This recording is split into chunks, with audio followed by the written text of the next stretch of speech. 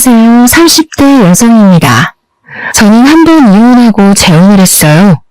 이번에 재혼하는 과정에서 아주 기가 막힌 경험을 해 들려드리고자 합니다. 세상엔 참 다양하게 정신나간 사람들이 존재하는 것 같아요. 그런 사람들은 어떻게 그리 남의 인생 갉아먹는 걸 좋아하는지 모르겠어요. 납작들도 참 두껍네요. 그런 갑갑한 사람을 하나도 아니고 둘을 만났던 제 사연 한번 듣고 가세요. 제가 재혼을 하게 됐다고 했잖아요. 현재는 전과 다르게 너무 행복한 생활을 하고 있는데요. 현재 남편과 시댁 어른들을 만나 뵐 때마다 사람은 다 제 짝이 있다는 걸 느낍니다. 얼마 전 제가 잊고 있던 끔찍한 사람들을 또 만나게 되었는데 하필 결혼식장이었어요. 결혼식장은 제가 생각했던 것보다 훨씬 더 정신없고 신경 써야 할 곳이 많더라고요. 그런 상황에서도 결코 마주치고 싶지 않은 사람들을 만났었는데요.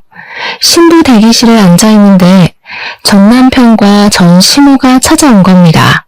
대체 그 사람들이 뭐하러 이곳에 왔는지 그들을 발견하자마자 그렇잖아도 정신없는 상황에 더 머릿속이 복잡해졌어요.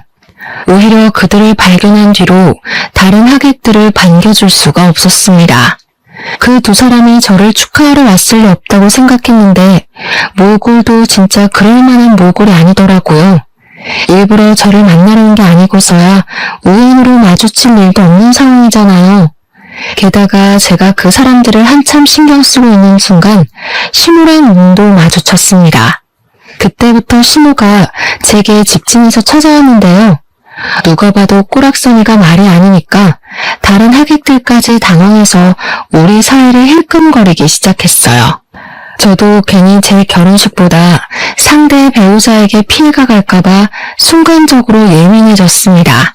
제 앞으로 냉큼 다가온 전 시모를 차갑게 바라봤어요. 감히 우리 아들을 버리고 재혼을 해? 우리 집이 망한 게 다 누구 탓인데 사람 인생 망쳐놓고 너만 쏙 빠져나갈 줄 알았냐? 너도 오늘 이 자리에서 인생 바닥 한번 쳐봐라. 그때 시모가 제 머리채를 잡으려고 했습니다. 그러나 시모가 신부 대기실을 들어서기 전에 행색을 수상하게 여긴 사람들이 직원들에게 이 사실을 미리 말했었나 봐요. 그래서 직원들이 시모랑 전 남편을 주시하고 있었던 것 같아요. 시모가 제게 손을 대기 전에 다행히 직원들이 들이닥쳐서 시모를 말려주었습니다. 내가 왜 이렇게 망가졌는지 알면 당신들 나한테 이렇게 못해. 젊은 사람들이 상황을 똑바로 확인할 줄 알아야지. 당신들 엄마 일이라고 생각해봐. 당신들 엄마가 억울한 입장이라고 해도 이렇게 나올 거야? 시모가 몸부림을 치며 고함을 지르자 전 남편까지 시모를 뜯어말리기 시작했는데요. 아무래도 이 소란을 무시하기엔 무리였습니다. 남편까지 달려오고 말았어요. 이런 모습을 보이게 돼서 얼마나 창피했는지 모릅니다. 전 남편이랑 전 시모가 저 때문에 집안 망했다는 소리를 하면서 하소연을 했는데 그게 사실이었다면 제가 이렇게 사연을 쓰지도 않았겠죠. 까지 반성 못하고 저렇게 나대는 꼴이 뇌리에 너무 크게 남아있어서 소문이라도 내고 싶네요. 불과 작년까지의 일이었습니다. 전 남편과 긴 결혼 생활을 한 건 아니었어요. 1년 좀 넘게 지내다가 못 참고 이혼을 하게 된 건데요. 이혼이 오직 하나의 이유만으로 결정짓는 사람들은 없을 겁니다. 저도 그 사람들한테 쌓인 게 많았는데 그게 터져서 이혼을 한 거거든요. 기억나는 대로 말씀드려보자면 신혼여행 때가 바로 생각나네요. 결혼식하고 신혼여행 다닐 때만 해도 별다른 문제는 없었어요. 근데 신혼여행 갔다가 귀국하는 길에 면세점에서 시모 선물로 화장품 산 게 화근의 시작이 되었습니다. 선물 사갔다가 욕 들어먹었어요. 물론 받는 사람의 입장도 생각해서 선물을 하는 게 맞겠죠. 제가 시모의 취향을 모르고 정말 엉뚱한 물건을 샀다면 저도 욕먹을 만했다고 이해할 수 있습니다. 그러나 제가 사간 건 일단 대중적인 제품이었고 그리 가볍지도 무겁지도 않은 금액대였어요. 그저 빈손으로 시댁을 방문하기 좀 그래서 여행 다녀오는 김에 선물을 샀던 겁니다. 그런데 제가 시모한테 처음 들은 말이 뭔 줄 아시나요? 화장품? 너는 왜 물어보지도 않고 쓸데없이 돈을 쓴 거니? 센스 있는 며느리들은 시모 체면 세워준다고 명품 하나 해준다던데. 돈 많이 번다고 해서 득 좀 보나 했더니 씀씀이가 가난하기 짝이 없구나. 저를 타박하시더라고요. 선물도 보는 사람 앞에서 뜯어보는 것까진 괜찮지만 그 선물을 대하는 표정이랑 태도가 너무 꿀선이었어요. 그날 처음으로 시모의 욕망 그득한 모습을 보았던 거예요. 그걸 보고 아차 싶었지만 저는 이미 신혼여행을 다녀온 새댁의 처지였습니다. 아무리 선물이 마음에 안 들어도 사온 사람 생각해서 제 앞에선 조심해줘야 하는 거 아닌가요? 나이 많다고 어린 사람 앞에서 예의 안 차리는 건 옛날 방식 아닙니까? 그 와중에 남편은 눈치 없이 자기 엄마 기분 상한 것만 생각하더라고요. 너무 뭐라 하지 마. 그래도 엄마한테 잘 보이고 싶어서 신중하게 고른 건데. 다음에 명품백이라도 사주겠지. 엄마 말대로 며느리가 진짜 돈 잘 벌잖아. 제가 평범한 회사원이지만 연차가 높아서 연봉도 좀 높습니다. 공무원 아니고 사기업에서 근무하고 있었어요. 남편이랑 당연히 서로 연봉 밝히고 결혼했습니다. 제 연봉 때문에 시모가 결혼 인사하던 제게 그렇게 잘해줬던 걸로 기억해요. 제가 자기한테 돈을 많이 쓸 거라고 생각했나 봐요. 아무튼 전 그날 이후로 시모한테 감정이 꽤 상해버렸습니다. 그렇게 무례하고 이중적인 사람은 처음 봤거든요. 남편한테 시모 행동에 대해 얘기를 해도 남편은 전혀 심각하게 받아들이지 않았어요. 오히려 제가 시모 마음을 이해 못해줘서 은근 속 좁은 사람 취급을 하더라고요. 처음이니까 남편의 말에 어쩔 수 없이 납득을 해줬습니다. 하지만 그 납득도 얼마 못 가 빠르게 거둬졌는데요. 도무지 제가 이해할 수 없는 일이 일어난 겁니다. 시댁에는 시모가 한 명 있는데요. 시모가 신혼여행 다녀와서 식구들 선물로 초콜릿을 사왔거든요. 근데 자기 딸내미라 그런지 초콜릿 하나에도 엄청 감동을 하면서 기특하게 여겨주더라고요. 그렇다고 제가 무슨 말을 한 건 아니었습니다. 그저 초콜릿을 받아서 바로 가방에 넣었을 뿐이었어요. 그런데 그걸 서운하다고 하면서 시모가 은근 저를 흘겨보더라고요. 너 지금 우리 애가 초콜릿 사왔다고 무시하는 거냐? 쓰지도 못할 화장품 사와서 처박아둘 바엔 언제든지 먹을 수나 있는 초콜릿이 낫지. 그게 뭐 불만이라고 뜯어보지도 않고 가방에 쑤셔넣어. 초콜릿인 거 이미 다 알고 있는데 굳이 뭐하러 여러 개를 뜯어요. 남편이 뜯어놓은 거 한 입 먹으면 되는 걸. 그리고 제가 드린 선물이 마음에 안 드시는 거 알겠는데 대체 언제까지 언급하실 거예요? 어머님이야말로 저 무시하는 거 아니세요? 어머머, 얘 말하는 꼬락서니 봐라. 뭐라고? 시간 지나면 눈치 좀 생길 줄 알았더니 완전 막 나가네. 며느리는 시댁 사람 비위 잘 맞춰야 되는 거 모르니? 네, 맞아요.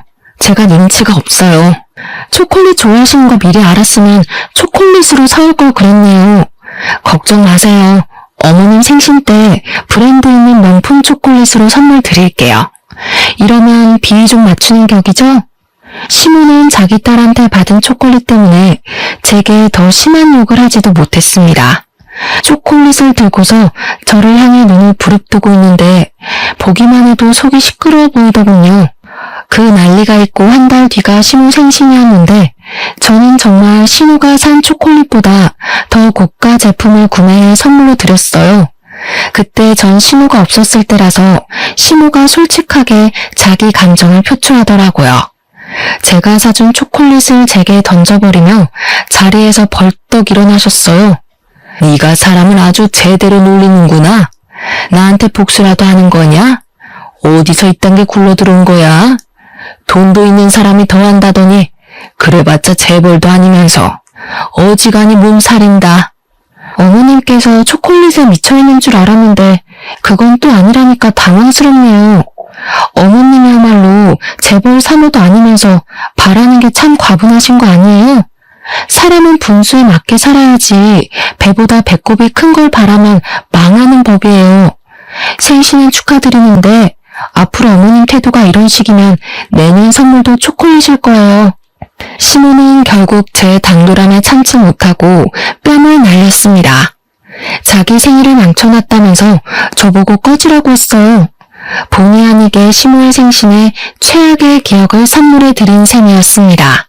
거기서 저는 시키는 대로 시모한테 인사하고 나왔는데 남편은 저를 따라 나오지 않았어요. 저랑 시모랑 신경전 벌이는 걸 보고 제가 처맞는 걸 보면서도 남편은 시모 기분 맞추기 급급했습니다. 나중에 귀가한 남편한테 그 부분이 서운했다고 말했더니 남편의 변명은 이러했어요. 겉으로 엄마 편을 들어야 당신이 나중에 편해지지. 내 속마음대로 당신 편만 들어봐라. 그 화살이 다 누구한테 가겠어? 남편은 자기만의 방식으로 중립을 지키는 거라고 했지만 실상은 그저 말만 번지르르 했고 미꾸라지처럼 상황을 잘만 피해가는 꼴이었습니다. 아무짝에 쓸모도 없는 중간다리였어요. 결혼하기 전만 해도 남편한테 실망한 적이 없는데 어떻게 결혼하자마자 이렇게 다른 기분을 느낄 수 있는지 모르겠네요. 이제 겨우 갈등의 시작이었는데 그 이후로는 제가 얼마나 시달리고 살았겠습니까?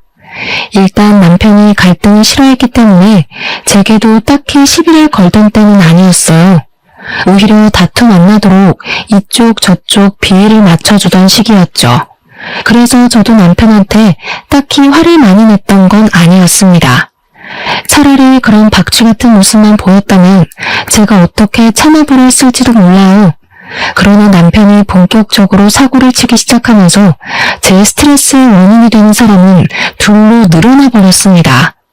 남편이 저와 한마디 의논도 없이 직장 동료와 다툼으로 회사를 때려치운 겁니다.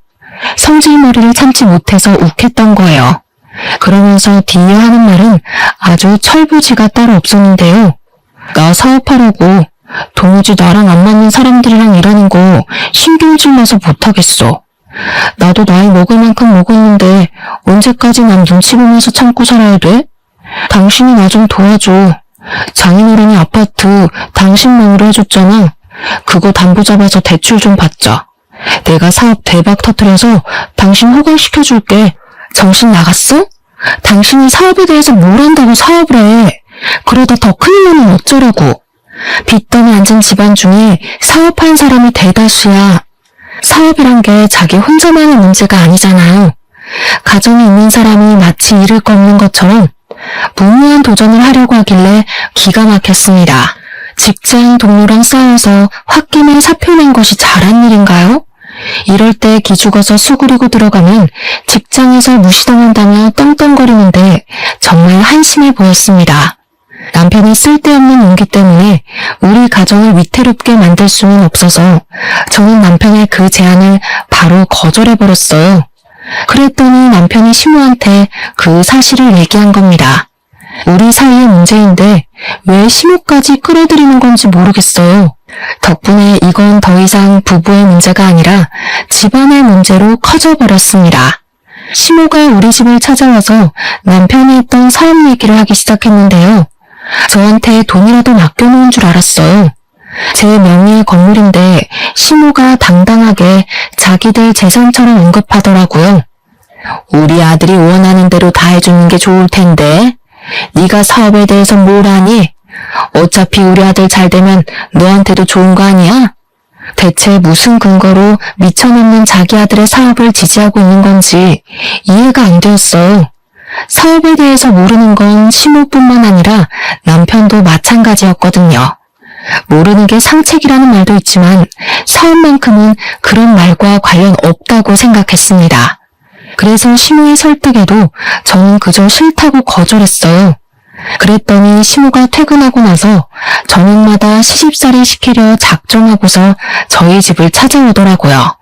남편도 시모와 같은 뜻인 입장이라서 멋대로 집 비밀번호를 알려준 거였어요. 그때부터 저는 남편과 제대로 등을 지기 시작했습니다. 제가 일방적으로 남편을 무시하려고 했어요. 저를 그렇게 압박해오면 제가 항복할 줄 아는 것 같더라고요. 그런다고 한들 사업이 누구 집 게으름도 아니고 능력 없는 사람들 입에 오른 일일 만큼 가벼운 일이 절대 아니라고 생각했으니까요. 하지만 시모의 간섭과 고나리질이 스트레스인 건 어쩔 수 없었습니다. 저도 일을 하는 사람이니까 직장에서 받는 스트레스가 있을 거 아니에요. 퇴근하고 오면 좀 쉬고 싶은데 시모가 저를 기다리고 있으니 스트레스가 배로 끓어오르더라고요. 너무 쉬고 싶어도 시모의 주둥아리가 제 뒤를 쫓아왔습니다. 먼지가 너무 많다느니 설거지거리가 잔뜩 쌓였다느니 반찬은 왜 이렇게 부실하냐느니 말이죠. 제가 집안 청소를 안 하는 것도 아니거든요. 근데 시모는 꼭 제 손 닿을 수 없는 곳을 살피면서 이따위로 하는 것도 청소냐고 엄청 지적했습니다. 게다가 설거지는 제가 먹은 그릇들이 아니에요. 시모가 우리 집을 들락거리면서 일부러 만들어 놓은 설거지들이었죠. 저도 어디 해보자는 뜻으로 시모에게 맞서서 나름 무심하게 대응은 했는데요. 이게 안 풀리고 쌓이다 보니까 너무 가슴이 갑갑하더라고요. 집안 꼬락선이 잘 돌아간다. 너는 어떻게 칭찬할 만한 구석이 없니? 너 때문에 우리 집안까지 재수가 없으려고 해. 안 되겠다. 너 그냥 직장 때려치워라. 네가 살림을 한 번도 제대로 해본 적 없으니까 이 모양이겠지. 내가 확실히 가르쳐 줄 테니까 내일부터 직장 그만두고 우리 집에 출근해. 그쪽으로 출근하면 월급은 있나요? 제 직장보다 배울 것 없는 집에 가서 고작 배운다는 게 집안일인데 돈도 안 주실 건 아니죠? 원래 사람을 스카우트하려면 연봉 협상이란 거래요. 뻔뻔하게 피 한 방울 안 섞인 저더러 가족인데 무슨 돈 타령이냐고 하실 건 아니길 바랄게요. 얘가 진짜 정신 나간 년이네. 우리한테 돈도 안 써. 제 남편 사업도 못하게 해. 하물며 나한테 명품이라도 하나 해준 적 있니? 잘하는 것도 없고 예쁜 짓도 안 하는 것이 무슨 돈 타령이야. 시애미가 하라면 그렇게 하는 거지. 제가 앞으로 어머님을 어머님으로 안 모시겠다고 하면 그만 아닌가요? 저 어머님한테 예쁜 짓 할 생각 없고 비위도 안 맞추고 싶어요. 어머님한테 며느리로 인정받고 싶지도 않고요. 그러니까 앞으로 저한테 아무것도 기대하지 마세요. 사서 실망하기 싫으시면. 제 말에 시모가 또 눈을 부릅떠 보였는데 그거 무시하고 방으로 들어갔습니다. 안 그래도 시모가 가만히 있질 않고 따라오려고 하더라고요.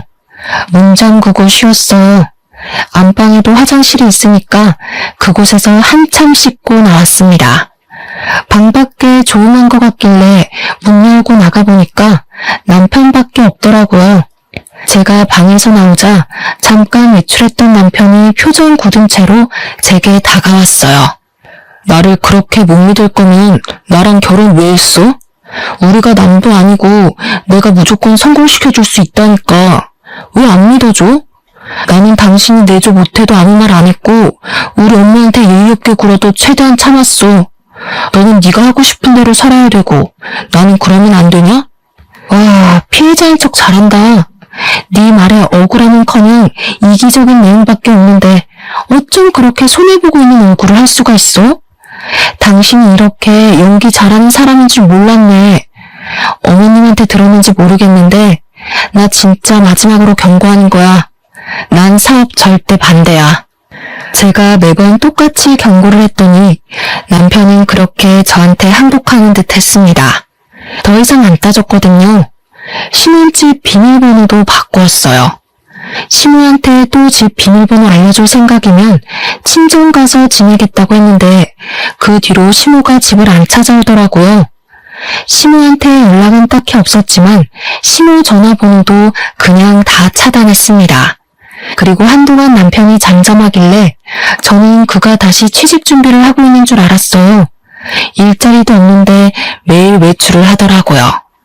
그런데 그마저도 제 착각이었습니다. 남편의 똥꼬집이 어디 갈 리가 없는데 아니랬어요. 그동안 남편은 사업에 단 1%도 미련을 못 버렸던 거예요. 결국 사업장을 차리게 되었다고 저한테 먼저 말을 걸더군요. 무슨 돈으로 했냐니까 시모가 시댁을 담보로 접고 대출을 받았다고 하는 겁니다. 시댁 재산은 오직 아파트밖에 없거든요. 근데 빚은 없는 남편한테 전 재산을 걸고 자금을 해결해 줬다네요. 벌써 사무실까지 다 꾸려진 상태로 제게 말을 하는 거였어요. 할 수 없이 저도 체념하고 들었던 것 같아요. 우선 정확하게 뭐 하는 사업인지 몰라서 물어봤습니다. 그런데 물어볼 때마다 남편이 이상하리만큼 예민하게 반응하는 겁니다. 왜? 내가 어디 음지에서 돈 벌어오는 걸까봐? 네 돈 빌려서 하는 것도 아닌데 아직도 의심이 많다? 어차피 넌 말해줘도 모르는 사업이야. 남자가 하는 일에 일일이 신경 쓰지 마. 그래, 알아서 잘해봐. 나한테 도와달라고 손만 안 벌리면 돼. 나 분명 말렸는데 무시하고 시작한 건 당신이니까 내 탓도 하지 말고. 남편은 아주 자신감이 넘치는 상태였습니다. 대체 무슨 일을 하길래 저렇게 성공을 보장하는 건가 궁금하기도 했어요. 그렇지만 더 물어보진 않았습니다. 굳이 가라앉힌 갈등을 다시 들추고 싶지 않았거든요. 그렇게 불안감만 안고서 시간을 보내는데요. 의외로 남편 사업이 정말 잘 되는 건지 돈을 꽤나 버는 것 같더라고요. 사업 시작한 지 2달 만에 생활비만 무려 월 300만 원씩 턱턱 갖다 주는 게 아니겠어요? 이렇게 큰 돈은 어디서 났어? 정말 당신이 사업해서 벌어온 돈이야? 그렇다니까. 이제야 남편 능력 좀 믿겠냐? 앞으로 더 승승장구할 날만 남았으니까 벌써부터 놀라지 마. 오리빚 다 갚고 나면 당신 일 그만두고 집에서 쉬어도 돼. 솔직히 남편을 많이 아팠는데 좀 충격이었어요. 정말 사업이 더 잘 맞는 사람이었나 싶었고 그동안 사업을 말렸던 제가 잘못 판단했던 거라 생각하기까지 했어요. 어떤 사업을 하는지는 그때까지도 몰랐지만 좋은 게 좋은 거지 하고 생각해서 남편이 주는 생활비를 고스란히 받았습니다. 마치 부자가 된 것처럼 행복하게 사치를 부렸고 먹고 싶은 걸 다 먹어가며 펑펑 썼죠. 남편 일이 잘 풀리자 시모의 관계도 저절로 회복이 되었는데요. 시모는 저에게 남은 앙심이 큰지 마치 재벌 사모라도 된 것처럼 저한테 자부심을 부리기 시작했어요. 그게 저의 심기를 불편하게 만들었고 자기 아들 믿고 제게 함부로 하기만 하는 시모한테 점점 질려갔습니다. 그 와중에 짜증났던 건 남편이 또 시모한테 집 비밀번호를 알려줬다는 거예요. 내 아들 돈으로 펑펑 놀고 먹는다면서? 네 돈 주기는 싫고 내 아들 돈은 쓰고 싶나 보지? 그렇게 돈 좋아할 거면서 뭐하러 쌩님인 척 딱딱하게 굴었대? 앞으로 우리 아들이 돈 필요하다고 하면 군말 없이 대줘라. 알겠니? 제 돈을 왜 어머님이 이래라 저래라 하세요? 그때 돼서도 결정은 제가 해요. 그리고 사업은 길게 보는 거지 시작 때 성공했다고 쭉 성공하리란 법 없잖아요. 벌써부터 긴장 놓지 마세요. 남편이 돈을 많이 벌어다 주니까 시모 입장에선 제가 그만 꼬리를 내리고 넙죽 엎드려야 한다고 생각한 것 같아요. 저도 남편이 생활비를 많이 가져다 주면 좋죠. 그런데 그걸로 비굴해지긴 싫거든요. 그래서 저만의 소신을 끝까지 굽히지 않았던 건데 시모가 그게 마음에 안 들었나 봐요. 아들이 자기의 유일한 방패막인지 제 행동을 과장해서 남편한테 고스란히 말하더군요. 남편 역시 제 편은 아니었어요. 남편도 돈 때문에 제가 굽히고 들어오길 바랬습니다. 자기 돈 많은 걸 자꾸 내세우면서 허세를 엄청 부렸고요. 자기 엄마 무시하냐고 엄청 많이 발끈했어요. 두 사람의 갑질이 기분 나빴지만 그래도 남편이 생활비를 많이 주니까 그냥 참았어요. 그렇게 날을 보내던 어느 날이었어요. 갑자기 남편과 싸웠다던 그 직장 동료가 제게 따로 연락을 해온 겁니다. 너무 느닷없는 발신자라서 아무 생각 없이 받았는데요. 그 동료 직원한테서 놀라운 사실을 들었어요. 남편이 회사에서 잘리게 된 이유를 설명해 주더라고요. 저는 남편이 동료 직원이랑 싸워서 스스로 사표를 낸 걸로 알고 있는 상태였는데 동료 직원이 말하는 건 달랐습니다. 남편이 휴대폰으로 코인하다가 상부에 들켜서 잘렸다는 말을 하더군요. 회사를 나가서 더 자유롭게 코인이라고 다닌다고 했어요. 알고 보니 남편이 제게 주는 엄청난 생활비를 코인으로 벌어주고 있었던 거예요. 머리끝까지 소름이 돋았고 얼마나 화가 났는지 몰라요. 너무 큰 배신감이 느껴졌지만 일단 남편에게 티는 안 냈습니다. 불같은 성격의 남편이 무슨 짓을 더 할지 모르니까요. 이걸 어느 타이밍에 어떻게 밝히는 것이 좋을까 생각만 하며 며칠을 보낼 때였습니다. 어느 한날 갑자기 남편이 사업자금이 더 필요할 것 같다며 제게 2억을 요구하더라고요. 원래 더 큰 성장을 하려면 사업장을 넓혀야 되는 법이야. 지금 내 사업 한참 잘 되고 있고 더 잘 될 수 있는데 자금이 부족해서 발전이 안 돼. 그러니까 당신이 좀 보태줘. 당신도 내 능력 직접 확인했잖아. 앞으로 생활비 300만 원보다 더 갖다 줄 수도 있어. 그 말을 나보고 믿으라고. 망해서 2억이 필요한 건 아니고? 내가 분명 나한테 손 벌릴 생각하지 말라고 했지. 잘 되고 있든 말든 네가 벌인 일이니까 네 알아서 해결해. 아무래도 남편이 코인 때문에 돈을 잃은 것 같았습니다. 동료 직원한테 그 말을 안 들었다면 빌려달라는 남편의 말에 응했을 수도 있어요. 실제 남편의 사업이 잘 되고 있는 줄 착각했을 테니까요. 하지만 제가 남편의 숨겨진 비밀을 알고 있잖아요. 제 돈까지 다 날려버릴 게 안 봐도 뻔한데 어떻게 주겠습니까?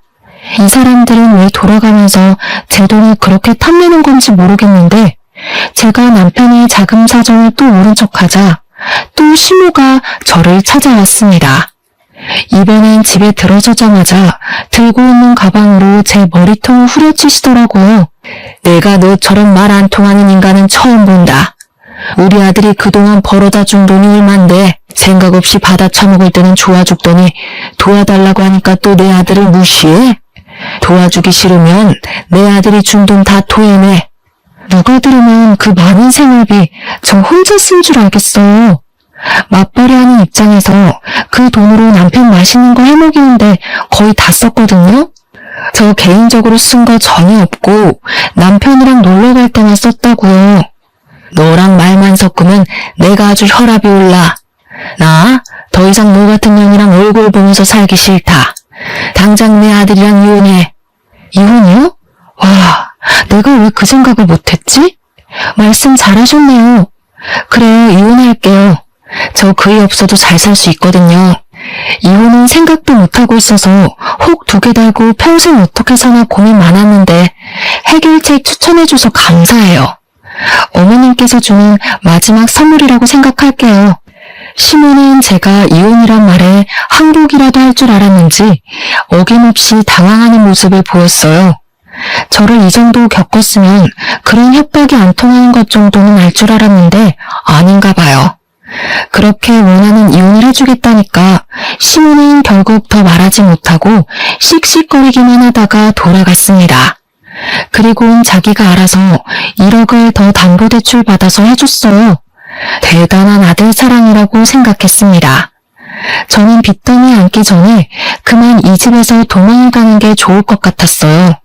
그래서 남편이 시모한테 이혼 얘기 전해 듣고 왔길래 번복 없이 미리 준비한 합의서를 건네주었습니다. 그래, 잘 됐네. 나도 나 이해해주는 돈 많은 여자 만나서 재혼할 거야. 나중에 나 놓친 거 땅을 치면 후회하게 될 거다. 남편의 원망을 기분 좋게 들어준 저는 그대로 깔끔하게 합의 이혼을 하였습니다.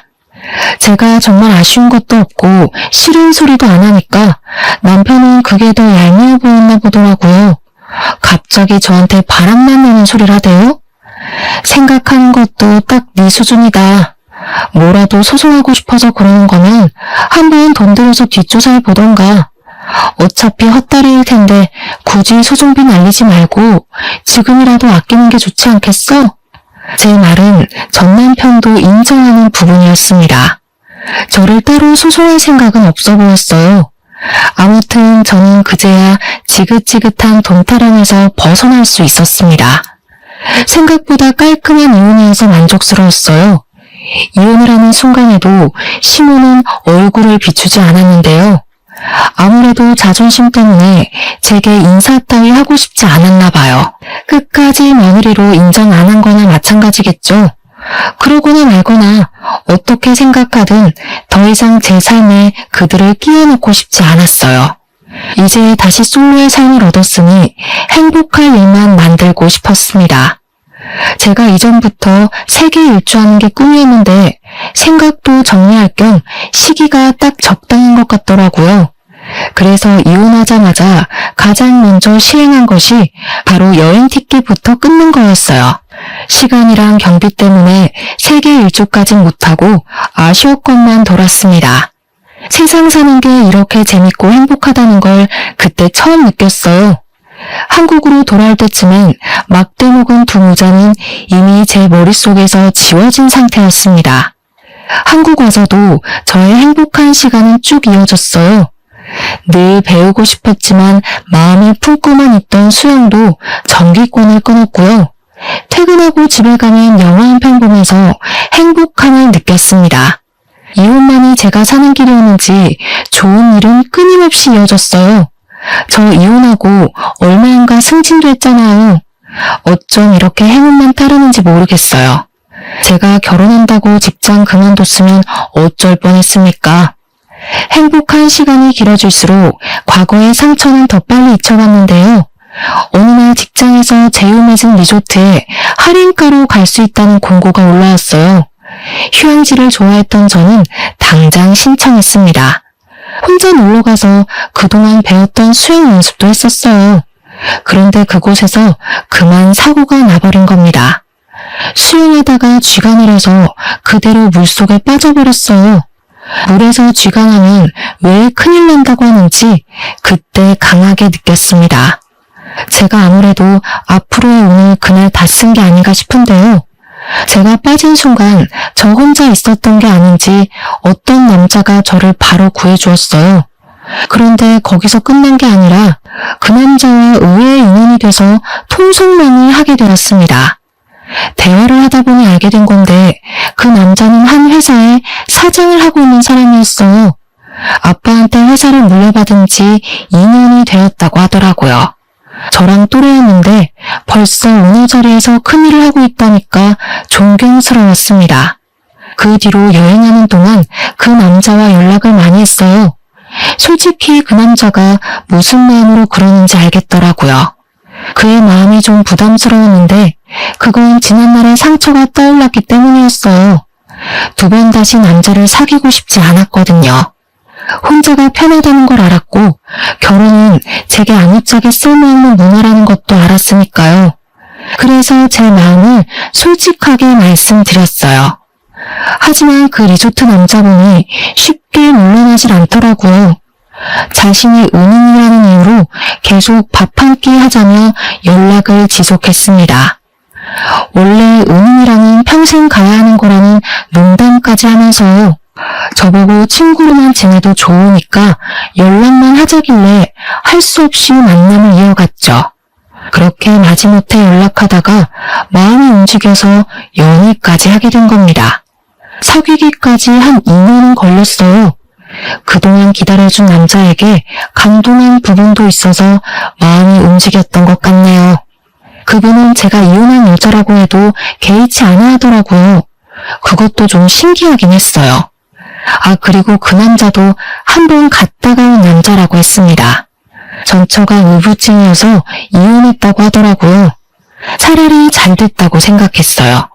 저만 이혼의 입장이면 남자한테 너무 미안할 것 같았거든요. 서로 이혼의 상처를 보듬어 줄 수 있으니까 제 마음이 더 열렸던 것 같습니다. 그렇게 연애 2년 만에 갑자기 이 남자와는 진짜 잘 살 수 있겠다는 마음이 들었어요. 정말 위험하게도 결혼의 감정이 들었다는 거죠. 취미생활도 비슷했고 제가 뭘 하던 전부 이해를 해주니까 한 번도 느껴본 적 없는 다정함을 많이 느꼈습니다. 그 남자 옆에 있으면 마음이 저절로 따뜻해졌어요. 그리고 무엇보다 시부모님이 사업체를 이끄는 사람이다 보니까 재산도 꽤나 있으셨고 가정이나 노후도 탄탄하게 대비가 되어 있는 분들이라 다른 걱정이 없었습니다. 그걸 남자가 더 많이 어필해줬어요.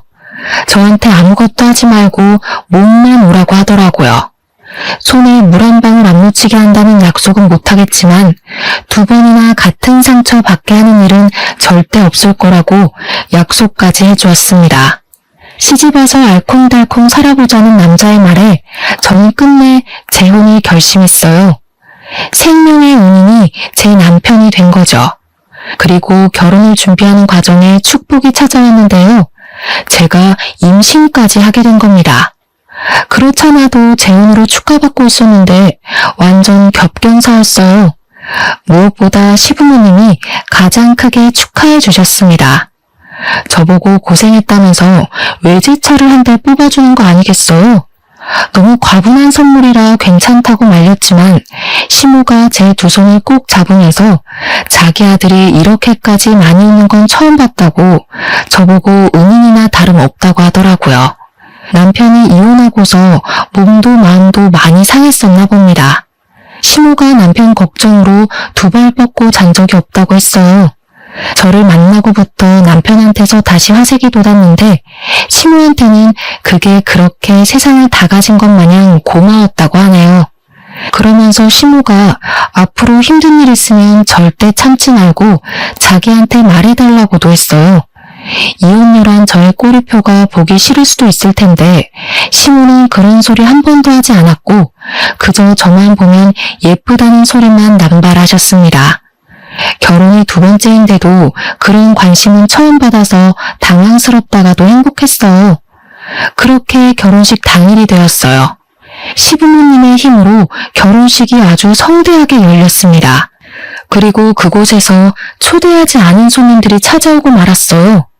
너무 기쁜 날에 제 기분을 다 망치는 2사람이 나타나고 만 겁니다. 바로 전 남편과 전 시모였어요. 이혼하고 처음 보는 자리였는데 그게 하필 제 결혼식이었네요. 상상만 해도 최악이지 않습니까? 아무튼 멀찍이 있는 그들을 먼저 발견한 저는 처음부터 아는 체를 하지 않았어요. 일단 전 남편이랑 전 시모의 몰골이 누추한 게 옷도 꽤 제재했어요. 어디 며칠간 노숙한 것 같은 꼬락선이라서 좀 놀랐습니다. 딱 보니까 전 시모가 뒤늦게 전 남편한테 투자한 전 재산마저도 날린 것 같은 모습이었어요. 그렇게 그들을 몰래 쳐다보다가 전 시모가 저랑 눈이 딱 마주쳤을 때 신부 대기실로 쳐들어온 겁니다. 앞서 말씀드렸던 것처럼 시모는 저 때문에 인생 망했다고 제 손에 들린 부케를 내던지며 말을 했죠. 결국 전 남편과 재혼할 남편까지 신부 대기실로 다 모이는 상황이 발생했어요. 남편에게 이 꼴을 안 보이고 싶었는데 얼마나 수치스러웠는지 모릅니다. 남편은 제게 왜 그러냐고 이 사람들이랑 무슨 사이냐고 묻길래 저는 솔직히 말해줬습니다. 내 전 남편과 전 시모라고 말이죠. 그러니까 제 사정을 다 아는 남편의 인상이 세게 구겨지더라고요. 남편이 전 남편한테 한마디 하려고 했는데 그 순간 아무 말도 못하고 다시 입을 닫아버렸습니다. 남편은 전 남편이 아닌 전 시모를 한참 보면서 무언가를 떠올리는 표정을 하였어요. 그러다가 생각하려던 게 떠올랐는지 남편이 저한테 귓속말을 하더라고요. 우리 회사 화장실 청소하시던 아주머니 같은데 내가 이력서 보고 뽑았던 기억이 있어. 남편 얘기를 듣자마자 말도 안 되는 소리라고 생각했어요. 남편이 다른 사람이랑 착각한 게 아닌가 싶었습니다. 왜냐하면 전 시모는 허리가 안 좋다며 집에서 쉬기만 하는 사람이었거든요. 절대 나가서 굳은 일을 할 위인이 못 됩니다. 전 남편이 일자리 잘려서 생활비랑 용돈이 없을 때도 절대 바깥일을 안 했던 사람이었어요. 그런데 청소라니 당연히 남편이 착각했다고 생각했죠. 하지만 전 시모 반응은 좀 눈길이 갔습니다. 눈에 띄게 남편을 모른 체 하려고 하더라고요. 그때 남편이 제게 귓속말로 쐐기 박는 소리를 했는데요. 아니야, 맞네. 아들이 코인으로 쫄딱 망해서 노숙하고 있다고 제발 도와달라 그랬었어. 담보대출을 많이 해서 집을 잃었다고. 얼마나 사중했는데 그때 저 아줌마 보면서 참 불쌍한 인생이라 생각했었다고. 남편의 말이 맞았어요. 역시 그 2사람은 코인 때문에 재산을 날려서 알거지가 된 거였습니다. 도무지 방도가 없던 전시무가 결국 자기 고집을 꺾고 일자리를 구했나 봐요. 나이 70살 먹었어도 돈이란 건 죽을 때까지 없어선 안 되잖아요. 허리도 안 좋은 전시무는 어쩔 수 없이 아들 대신 생활비를 벌고 있는 사정이었던 거예요. 그게 하필 남편의 회사라는 것이 정말 기상천외한 일이었습니다. 저랑 남편이 계속 속닥거리자 전시무가 뿔이 났는지 제게 또 한 번 소리쳤는데요. 남편이 제 앞을 든든하게 막아주고 있어서 무섭진 않았습니다. 우리 아들은 피눈물 흘리는데 넌 아주 낯빛이 좋다. 어디서 남자 하나 후려서 인생 펴볼 작정인가 보지? 내가 내 아들 인생 망친 년 행복하도록 가만둘 것 같니? 넌 잘못 걸렸어. 내가 뭔 짓을 해서든 네 인생도 우리 아들처럼 만들어줄 거야. 왜 남 탓이세요? 그쪽 아들 그렇게 된 건 그쪽 탓이잖아요. 그쪽이 돈에 미쳐가지고 되지도 않는 사업하겠다는 아들한테 투자만 안 했어도 노숙 신세는 안 됐을 거 아닌가요? 그래, 말 잘했다. 너 우리 아들 코인인가 뭔가 하는 거 알았던 거지? 그래서 우리한테 복수하려고 몰래 쏙 빠져나갔냐? 미리 알았으면 뜯어말릴 생각을 해야지 어떻게 홀라당 집까지 팔아먹게 만들 수가 있어? 부부였으면 그 정도 책임은 같이 져야 되는 거 아니니? 잘 되면 내 탓, 안 되면 남 탓하는 건 여전하시네요. 그래서 제가 하지 말라고 말렸던 거 기억 안 나세요? 그때도 사람 하나 잡아먹을 것처럼 돈 달라고 소리 지르더니 된통 당해보니까 대체 왜 그랬을까 싶어요? 저 복수한 거 맞아요. 하도 모자가 말귀를 못 알아듣고 허황된 꿈에 미쳐있길래 제발 정신 차리라고 현실 좀 경험하게 해줬을 뿐이에요. 대신 앞으로 사업 안 할 거잖아요. 좋은 경험 배운다고 생각하세요. 그때 전시무가 바닥에 떨어져 있는 부케를 냉큼 줍더니 저한테 던졌습니다. 그걸 남편이 막아주지 않았다면 얼굴을 맞았을 거예요. 남편은 날라온 부케를 붙잡고서 전시무한테 성큼 다가갔어요. 그리고는 제게 귓속말로 얘기했던 사실에 대해 물었습니다. 청소 아주머니 맞죠? 저 모르겠어요? 아줌마가 하도 무릎 꿇고 빌길래 제가 취직시켜준다고 했잖아요. 평생 은인으로 모시겠다고 하더니 은인 얼굴도 못 외우고 은인 결혼식 망치러 온 거예요? 뭐? 이 사람은 무슨 소리라는 거야? 저런 일 인성 하나 못 알아보는 사람을 은인으로 둔 적 없거든요. 그럼 확인시켜 드릴게요. 오늘부로 해고니까 이제 출근 안 하셔도 돼요. 근로법에 신고해도 소용없어요. 그동안 같이 일하신 분들이 아줌마 일 더럽게 못하고 지각을 밥 먹듯이 한다고 하소연 많이 하더라고요. 근로자가 문제면 노동협회에서도 사장들 손들어주는 거 알죠? 그제야 전시무의 얼굴이 새빨개지더니 안절부절 못했습니다. 남편한테 싹싹 빌고 싶은데 제가 있어서 체면을 차리는 것 같았어요. 결국 한마디도 못하고 전 남편을 데리고 도망가 버리는 거 아니겠습니까? 자기도 쪽팔린 줄은 아닌가 봐요. 그 초라한 뒷모습을 보는데 제가 미처 해결하지 못했던 채증이 이번에 싹 내려가 버렸네요. 그날의 그 모습을 마지막으로 더 이상 둘을 만난 기억은 없습니다. 남편 말로는 전시무가 알아서 회사를 그만뒀다고 하더라고요. 역시나 제게는 자존심이 굽히고 싶지 않나 봅니다. 생계가 어려운 와중에 체면이나 생각하다니 아직도 정신 못 차린 게 분명하네요. 아무튼 저는 남편의 제안으로 휴직을 일찍 내고 집에서 쉬고 있는 중이에요. 남편이 계속 몸이 힘들면 일 그만둬도 된다고 하고 싶은 일 하면서 지낼 수 있게 작은 가게도 차려준다는데 남편한테 그런 부담은 주기 싫어서 여전히 거절 중입니다. 어쨌든 제 인생의 원인을 도려내니까 이렇게 행복할 수가 없어요. 역시 사람은 저마다 짝이 있는 것 같습니다. 다들 함께하는 사람이 꼭 영혼의 짝이길 바래요. 그럼 이만 끝내겠습니다. 감사합니다.